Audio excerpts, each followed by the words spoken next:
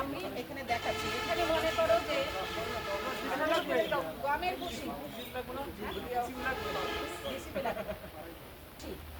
গমের ভুসি এখানে আছে কত 40%। গমের ভুসি কোনটা দেখো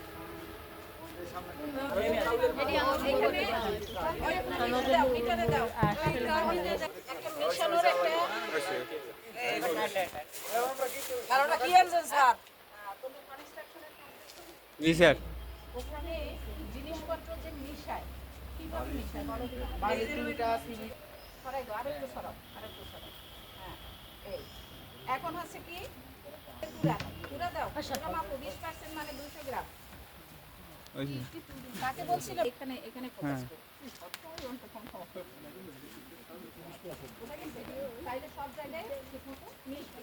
এখন ওই আগেরটা যে এরিয়ার মধ্যে দিছি এই 200 গ্রাম 400 গ্রাম যতটুকু জায়গায় 200 গ্রামও ততটুকু জায়গায়, কিন্তু পার্থক্যটা কি 400 গ্রামটার একটু পুরুত্ব বেশি বই শান্তিতে দেখতে কম হবে এরিয়াটা ঠিক আছে।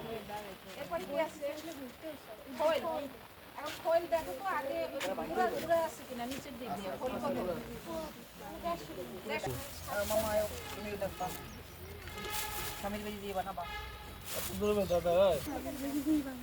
এখন কিভাবে দিতে হবে ওই এরিয়ার উপরেই আমাদের সব জায়গায় সমান ডালের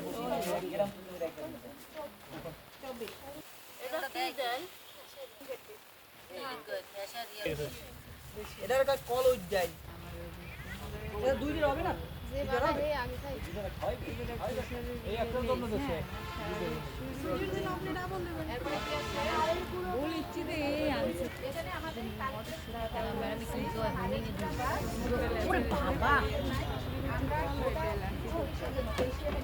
আমরা যেটা ব্যবহার করব সেটা হলো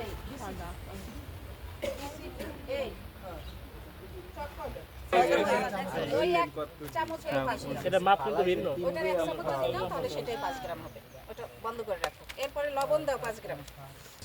না না বেশি দিলে পানি আসবে না এখন এই সম পরিমাণ করতে এখন আমাদের কি করতে হবে দাবি বসো 1 কেজি আমরা মিশ্রণ করব না অনেক বেশি থাকবে তখন আমরা কি করব একটা সাইড থেকে মিশাইতে থাকবে। এখন দেখবা যে সব উপকরণগুলো সব জায়গায় সমানভাবে মিশে ওখান থেকে আমরা যখন 1 কেজি 2 কেজি নিব তখন সব উপকরণটাই পরিমাণ মতো